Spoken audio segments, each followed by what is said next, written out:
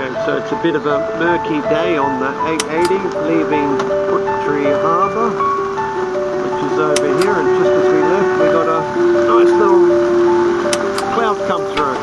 Anyway, this is the cockpit of the 880 on a rainy day leaving Puteri.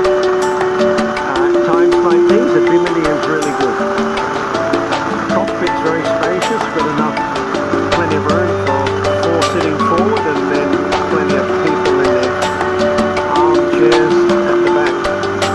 This boat's got the auto helm, so we can just control the auto helm from up here on the panel.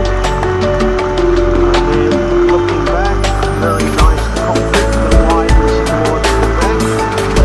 The two flying seats. Today no one's steering. Down in the hatch.